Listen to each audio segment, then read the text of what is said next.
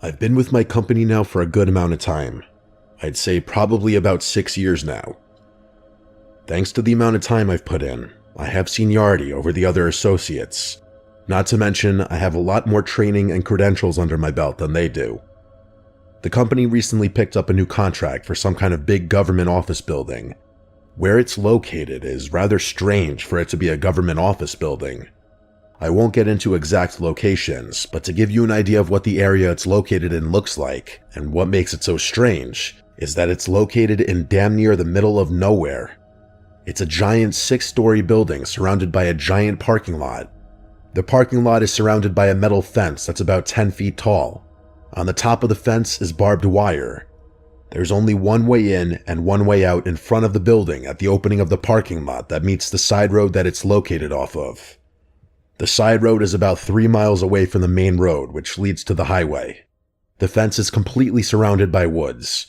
There are literally no buildings, houses, or any other signs of civilization for miles around. Due to my seniority, I get to work whatever shifts and days I want. Typically, I choose to work mornings or evenings, and have weekends or Fridays and Saturdays off. But unfortunately, after a few months of us being at this new contract, we started having trouble keeping the overnight people. During the day, there's usually about 3 guards working all 7 days of the week. On the overnight shift during the weekdays, there's 2 guards, and on the overnight shift during the weekends, starting Friday to Sunday, there was only 1 guard. I should mention before I go any further that every guard is armed on every shift. As I said, we're having trouble keeping people on the overnight shift, mainly on the weekend overnight shift. Because of this, my supervisor asked me if I could help out until they could hire more people and work some overtime on the weekend overnight shifts. I could have, and in hindsight, should have said no thanks, but at the time, I actually needed the extra money because I was getting ready to move to a new apartment soon. So I went ahead and accepted the extra shifts. The first couple of weeks were fine. No issues, nothing strange. But what happened on the 3rd weekend is what made me regret my decision for the overtime. It was a Saturday night around 2 a.m. There was a very bad thunderstorm going on outside. I was sitting in the camera control room, which is on the top floor. The control room has a window that oversees the back part of the parking lot. In the room, there's 3 large-sized computer screens that show the CCTV live feeds from all the cameras located throughout the building, as well as the few cameras that are outside in the parking lot and by the entrance/exit of the parking lot. I was sitting in the control room doing what I normally was doing while working overnight by myself. I had the lights off watching movies I previously downloaded on my phone, while also playing games on my Game Boy. I had been sitting down for a while and got up to stretch my legs and move around a bit. I was also starting to feel a little sleepy and was thinking about going down the hall to the vending machine and grabbing an energy drink. After I got up and walked around the control room for a bit, stretching my legs, I went over to the window, peeked through the blinds to look outside. As I was watching, I was looking at all the heavy wind and rain blowing the random debris around. I was just about to walk away from the window to grab that energy drink, when all of a sudden, a flash of lightning lit up the surrounding area past the fence, and just then, I saw a figure dart from one tree to another that was a good distance from it, I'd say about 20 feet. I kept my position, looking in that direction through the blinds, waiting for another flash of lightning to see if I could see exactly what it was, or if my eyes were playing tricks on me. After a couple of seconds went by, another flash struck. This time, I didn't see anything near or around the tree that I saw the figure move to. At that point, I thought clearly my eyes were playing tricks on me and that it was just me being tired. I left from the window and went down the hall and got the energy drink. I immediately downed the whole thing, hoping that it would kick in soon. I was finished with it by the time it took me to walk back to the control room, which wasn't long, only about 5 minutes. I got back to the control room, and I immediately noticed that one of the camera feeds had been knocked out on one of the screens. It was the camera feed to the back part of the parking lot that the window overlooked. I went over to the window and looked out the blinds in the direction of the camera. I spotted it dangling in the wind from its wires from the post that it was on. I figured the heavy winds must have knocked it off somehow. I sat back at my desk and put in my report for the night, and then went back to what I was originally doing. A few minutes had passed while I was watching a movie on my phone, and I heard the alert sound the system gives when someone is accessing a part of the building that requires a code to be entered on a keypad. I looked at the main screen and pulled up the tab that shows the access points of the building. It showed me the one being accessed was the one in the back of the building by the back parking lot. At that point, a shiver ran down my spine as I realized someone was outside. From the shadow figure, to the camera being knocked out, and now to this, the keypad being accessed. Whoever it was had the code because they got in, and the system showed me the green light. I thought to myself, it couldn't be another worker or security guard. If it was a worker, we would have a memo telling us who it was and what times they would be here, as well as what part of the building they would be in. I knew it wasn't a security guard because I would have known about that too. I picked up the phone that was on my desk in an attempt to call the cops, but it was out. I looked at my phone, and of course, no service. I figured the best thing to do would be to try to walk around the hallway and try to get service on my phone. I left out of the control room and into the hallway.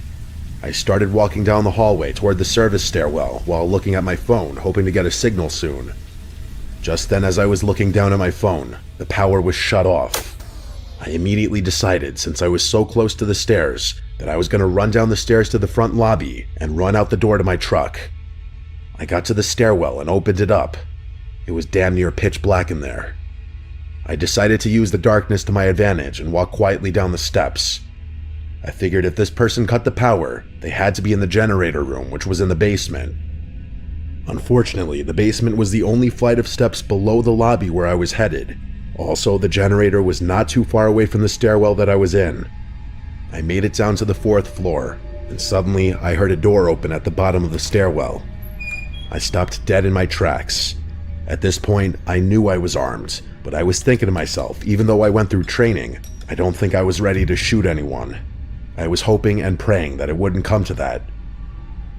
As I was standing there, immersed in my thoughts about my training with my firearm, I started hearing heavy footsteps walking up the stairs. I wasted no time in coming up with a new plan. I was going to turn around and walk as quickly and quietly back up the steps as possible to the 6th floor where I came from. At the top of the steps, a few feet past the door, still in the stairwell, there's a ladder that leads up to the hatch that leads to the roof of the building. I was going to climb up the ladder to the top just before you have to open the hatch to go any further, and just hide in there in the pitch black darkness until whatever happens next. I turned around. Just as I did, my gun banged against the metal to the stairwell railing, making a loud clang sound. As that happened, I froze, and so did the heavy footsteps. A few seconds had gone by, and then I heard whoever it was running as fast as they could up the steps. I sprang as fast as I could, running up the steps as if my life depended on it. As I got to the top of the steps, just before I was about to pass the door I had come from, I had an idea to create a diversion on the fly. I quickly opened up the door hard and loud, then let go of the handle and let it close and slam on its own. I continued to run to the ladder and climb up it. By doing that, I would make it appear that I had run out the door. With only seconds to spare, I made it up the ladder. The man, distracted by the door tactic, opened it without even looking in my direction. He ran into the hall, the heavy door closing behind him. That's when I saw my chance. I leapt down from the ladder, only about 10 feet high, landing with a loud thud as my feet hit the floor. I bolted for the stairs. The man must have heard the sound, because I had barely made it down one flight before I heard the door open again and his footsteps pounding down after me. Both of us were sprinting as fast as we could. I managed to stay one floor ahead of him the entire way. When I reached the lobby, luck was suddenly on my side. Behind me, I heard a loud crashing noise followed by a cry of pain. I wasn't certain, but I think the man had tripped and fallen on the stairs. I wasn't about to wait around to confirm.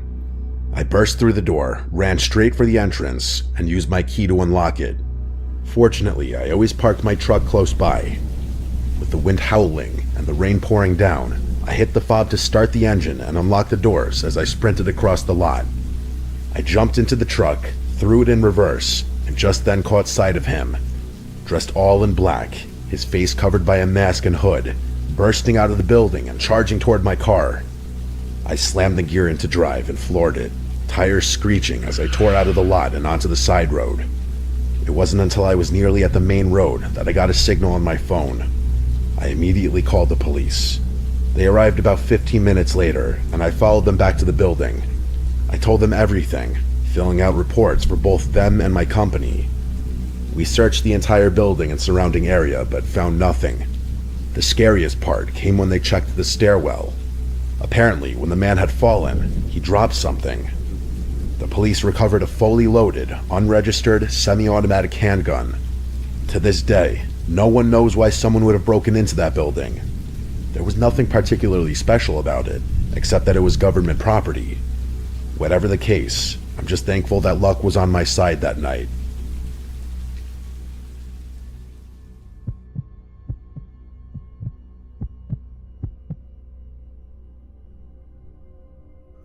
I used to work nights as a security guard in a medium-sized corporate office building in New Jersey, and for the most part, the nights were boring, quiet, and uneventful, which is why what happened one night has stuck with me so vividly for years. It started around midnight, after the last employees had left the building and the lobby was empty except for me, just me and the glow of the security monitors. My job was simple: check cameras, make a couple of patrol rounds, log any incidents, and mostly just sit and watch for anything unusual. That night, I was going through my usual routine, scanning the screens for the elevators, the hallways, and the underground parking garage, when I noticed a figure moving between the cars on the lower garage feed, which immediately caught my attention because the lot should have been completely empty at this hour. Only people with 24-hour access could get in, and I knew no one had it at that moment.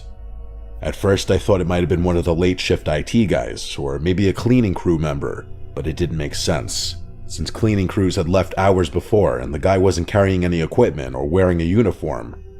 He was wearing a long, dark coat that looked a little oversized, and he wasn't heading to any particular car or toward the exit.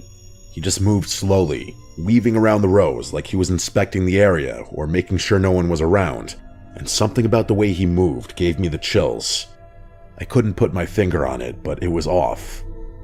I called the supervisor and explained what I was seeing, and he told me to stay at my post and keep an eye on the cameras, which I did, but my gut told me I needed to check it in person. So I grabbed my flashlight and headed down to the garage.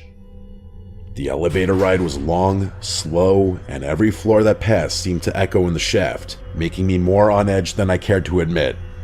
When the doors opened on the garage level, I scanned the lot with my flashlight, and it was empty. Completely quiet. The kind of quiet that presses against your ears and makes every little creak of the building sound huge. I called out, "Hello, security here," but the echo returned empty, and I didn't hear any reply.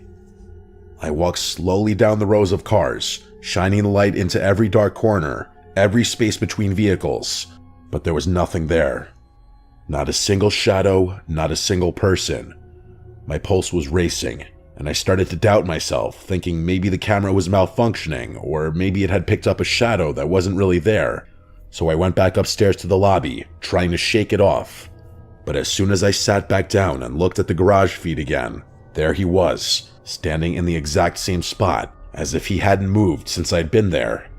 And now my stomach dropped, because I knew I had just been there, and there was no way he could have gotten back into the same spot unnoticed unless he had been watching me, or worse, waiting for me. I radioed my supervisor again, telling him I was going to keep watching the cameras, and he told me not to approach him unless absolutely necessary, which was easier said than done because I couldn't stop staring at him, and my mind was already running through every possible scenario. For the next 20 minutes, I watched him wander slowly toward the stairwell that led to the upper floors. He moved carefully, pausing, looking over his shoulder like he was checking for someone, and then disappeared from the camera just before reaching the door, which made my stomach knot.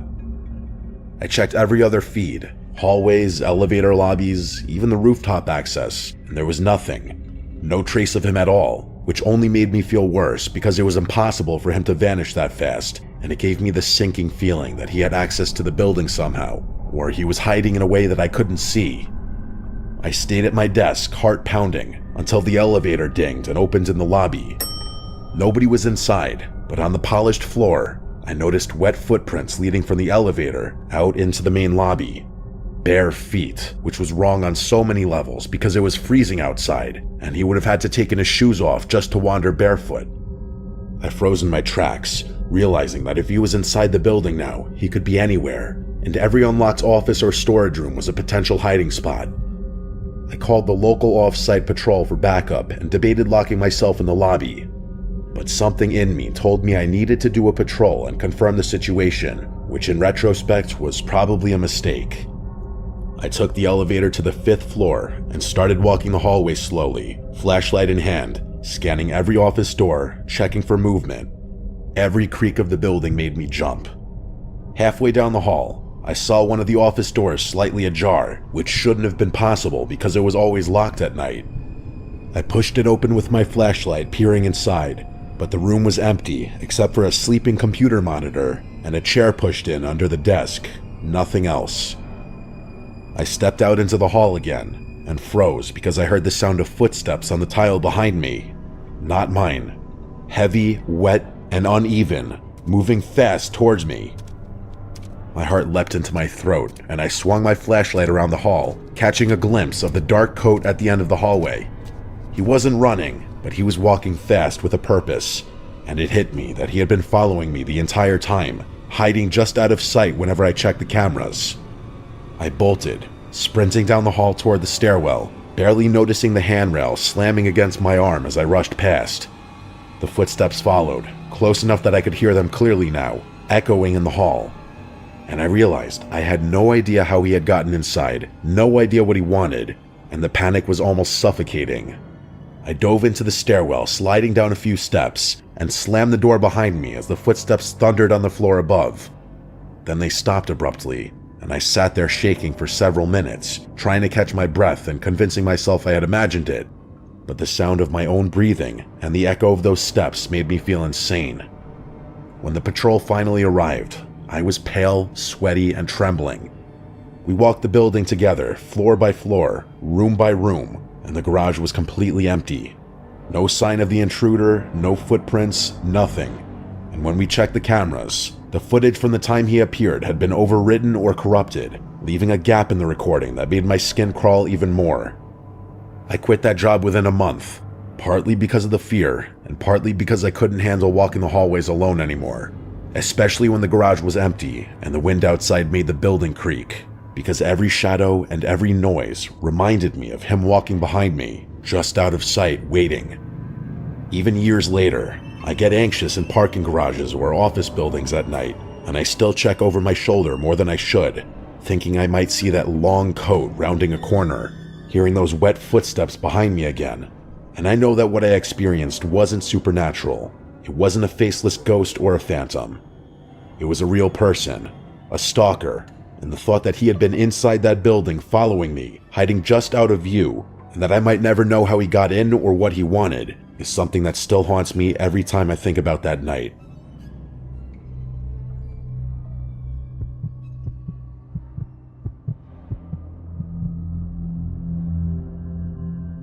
This happened to me a few days ago. As a matter of fact, it was my first night of training as a mobile security guard. Before I tell you my story, just want to clarify that a mobile security guard is primarily a security guard that drives around in the vehicle and does site visitation where the client needs security. In this case, it's the GTA of Toronto, but this incident took place at a nearby pharmacy/medical clinic in Mississauga. It was my first night as a trainee, and my supervisor was a nice person, showing me around on how to conduct patrols, write reports, disarm fire alarms, etc. Usually, if an alarm occurs, dispatch notifies us through the radio and asks us to attend the site where the alarm is happening. However, we arrived at the medical clinic in Mississauga to conduct a regular perimeter patrol, which also meant there was no alarm. We arrived on the site around 1:15 a.m. to make sure everything was normal, but as we got out of the vehicle and approached the building, something was terribly wrong. For one, the underground parking garage was left open, and two, the front door of the building was busted open. My supervisor then said, "What the f***, how is this possible? If somebody broke in, the alarm should be on." I did not know how to react to this, as this was my first time at the site, and according to my supervisor, this was a new contract that the security company I work for got. We stepped in the building cautiously, but all of a sudden my supervisor says, "Look at the elevator. It's going up at different levels." Sure enough, he was not kidding, as the elevator was moving from G1, 2, 3, and stopped at level 4, which was the very top. I asked my supervisor if he thinks someone was in here. He immediately nods and pulls out his baton. At that very moment, I was feeling sick to my stomach and started breathing heavily. At that point, I hated my job and did not want to be there. We immediately went inside the elevator and went straight to the top level. I was getting a bad feeling, and some adrenaline was rushing through my body before the elevator door was about to open. As we were going up each level, I was thinking to myself, like, what if something happens, or whoever this person or thing is might not leave without a fight, and possibly even charge at us as the elevator door opens. However, luckily as we arrived at the 4th floor, no one was in front of us, but it was extremely dark. Therefore, we turned on the lights and started investigating the rooms of that floor. My supervisor told me to stick with him, as even he was feeling uncomfortable. He said, I quote, "Make sure you stick with me and get ready to bust this f." Luckily, no one was there, so we were very shocked and didn't know what was happening, until we heard footsteps going down the stairwell. My supervisor and I were about to open the door to the stairs and chase whoever it was inside. However, just then, the footsteps stopped and it was very quiet. We could only hear each other's breathing. What my supervisor said next to dispatch is something I will never forget and still is rattling around in my head. A4, call C25, go ahead. Dispatch, we need immediate backup. Please be advised someone's in the building with us and they're hiding downstairs, possibly armed and waiting for us to come towards them so he or they can ambush us. Dispatch then tells us to stay where we are and not approach the suspect or whoever it was downstairs, as backup will be arriving shortly. At that point, my supervisor started panicking and it just made the situation even worse. I mean, he should be the one to lead and not feel worried. But then again, I don't blame him, as this experience was overwhelming and horrifying for me. Now, my supervisor is only a couple of years older than me, so I preferably call him bro instead of sir or whatever. Bro, just don't worry. I'm sure backup will be arriving shortly, I told him. You might be wondering why we could not hit the exit and run for it. Well, you see, the suspect is on the ground floor, which means he could be anywhere. So with the elevator making noises, he or she could be alarmed and immediately stand in front of the elevator blocking our way. The suspect could approach us by coming upstairs, but I guess that he or they figured we could attack him by surprise. So maybe that's why he was quietly waiting at the corner for us downstairs. 15 minutes later, we heard the door open. It was our senior supervisor, and his voice echoed out, "Security." My supervisor radioed him and said, "Sir, we're upstairs. Be careful, there's someone downstairs." A few minutes later, the senior supervisor met us upstairs and told us to come investigate with him. Therefore, we did. But we looked everywhere downstairs and then each floor and found no one. As we were at the 3rd floor scanning each room and bathroom to see if the person was there, we heard the front door open and heard footsteps running outside. We were not fast enough to see who it was, because by the time we got to the ground floor, the suspect was gone. Both my supervisor and I were in shock because we looked everywhere and did not find anyone. Either that person was in a very good hiding spot, or that medical clinic center was haunted. I don't think I'll ever know. But this was by far the most horrific experience of my life, and coming this weekend, I'll be there again for site visitation, but this time alone, as I'll be trained by then.